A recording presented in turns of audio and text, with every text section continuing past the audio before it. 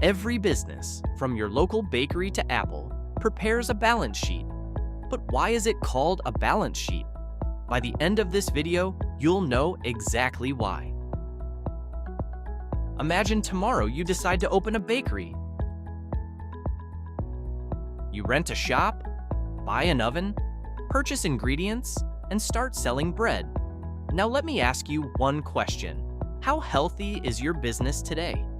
Not how much profit you made, not how much cash you have, but what do you own? What do you owe? And how much actually belongs to you? That's exactly what a balance sheet tells us. Think of a balance sheet like taking a photograph of your business. A photo captures one exact moment. A balance sheet does the same. It tells us what the business owns, what it owes, and what is left for the owner at one specific date. Not yesterday, not tomorrow, just that moment. Let's build one together.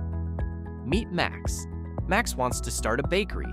He invests $50,000 of his own savings. Then the bank gives him a loan of $20,000. Now his business has $70,000 available. The business hasn't earned any profit yet. It simply has money available to buy things. Max now buys an oven. He purchases ingredients, keeps some cash in the bank. These things help the business operate. These are called assets. Assets are simply resources owned by the business that provide future benefits. Anything valuable the business owns is an asset. So, Max's own asset, which includes his shop, equipment, ingredients, and cash worth $70,000. But here's something interesting.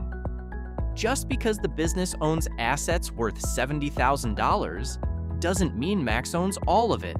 Remember, $20,000 came from the bank. That money has to be repaid. That obligation is called a liability.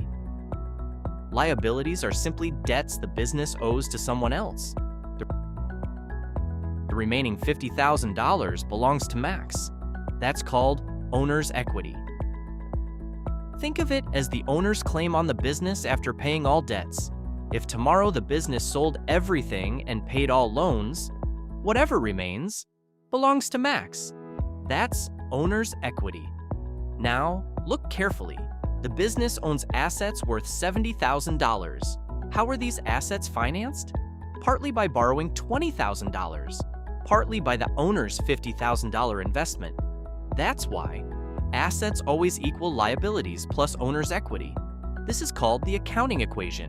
It's the foundation of every balance sheet. Now suppose Max starts selling bread. He earns a profit. Where does that profit go? Does it appear as an asset? No. Profit increases owner's equity. Specifically, it increases something called retained earnings. That's why a profitable business usually sees its owner's equity grow over time. Now Max repays part of his bank loan. Cash goes down, but liabilities also go down by the same amount. The balance sheet still balances perfectly. Every transaction changes at least two accounts. That's why the equation always remains balanced. So whenever you look at a balance sheet, ask yourself three simple questions. What does the business own? What does it owe? And what truly belongs to the owner? If you understand these three questions, you already understand the foundation of accounting. Now you know why it's called a balance sheet. But here's another question. If the balance sheet already tells us everything about a business, why do companies also prepare an income statement? We'll answer that in the next video.